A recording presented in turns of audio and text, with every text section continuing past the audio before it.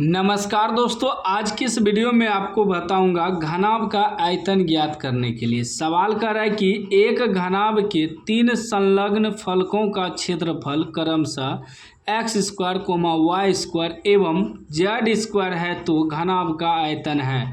Option A में है x into y into z, B में है 2x into y into z, C में है x square plus y square plus z square, D में है x square into y square into z square. ठीक ना, ध्यान से देखिएगा। अगर आप इस सवाल को नहीं समझेंगे तो कंफ्यूज कर जाएंगे, समझ में ही नहीं आएगा कि इस सवाल को कैसे सॉल्व किया।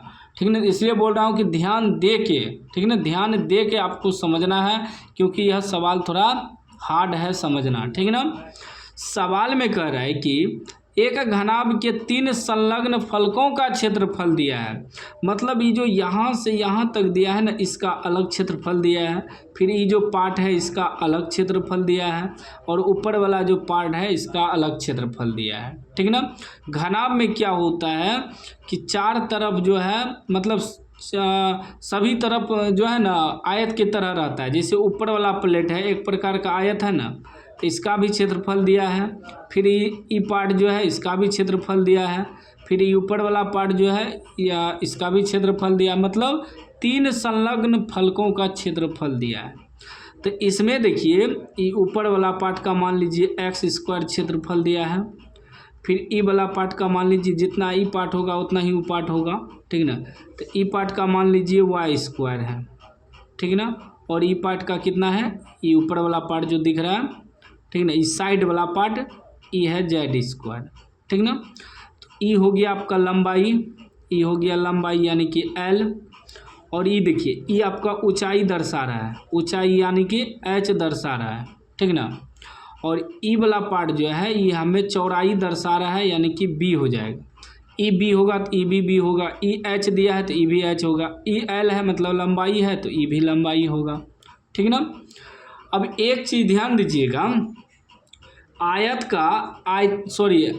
का बोल रहे हैं, घनाभ का आयतन का सूत्र क्या होता है, इस पे ध्यान दीजिएगा। लिखते हैं घनाभ का आयतन बराबर सूत्र होता है L into B into H, या लिख सकते हैं LBH, मतलब लंबाई गुना चौड़ाई गुना ऊंचाई। घनाभ का क्षेत्रफल होता है, आयतन होता है। ठीक ना, तो हमें दिया है सब ये जो 3 अलग अलग फलक है इसका क्षेत्रफल दिया है। एक प्रकार का ये आयत हुआ। ठीक ना, तो आयत का जो क्षेत्रफल का सूत्र होता है, ये एक प्रकार का ऊपर वाला पार्ट दिया है ना, आयत बन गया ना एक प्रकार से। ये आपका हो गया चौड़ाई, ये हो गया लंबाई। तो आयत का क्षेत्रफल क्या होता है, आयत का क्षेत्रफल होता है LB, मतलब लंबाई गुना चौड़ाई। ठीक ना, ये आयत का क्षेत्रफल होता है।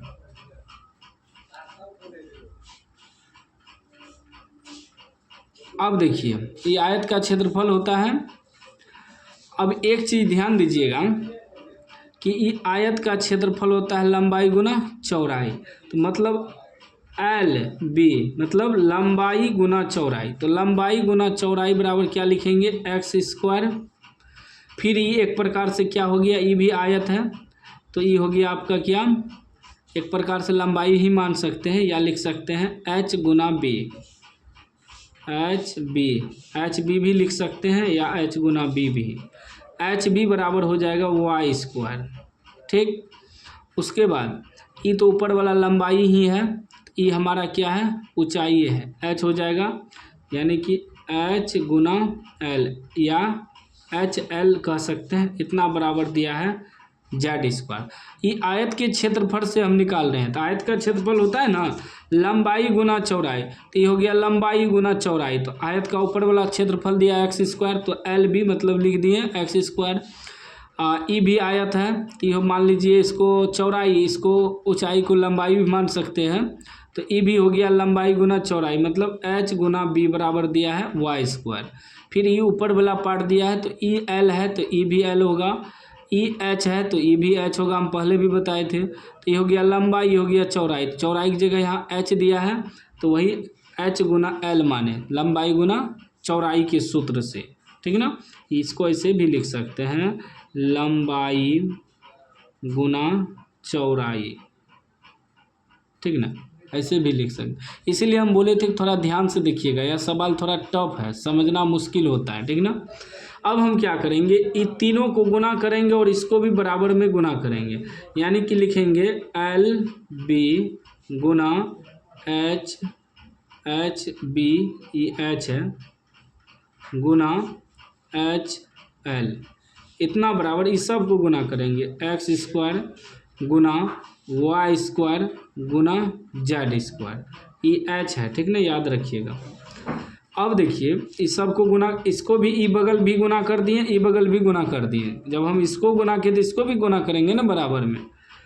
अब गुना करिए तो एल गुना एल क्या हो जाएगा, एल स्क्वायर, ठीक, बी गुना बी क्या हो जाएगा, बी स्क्वायर।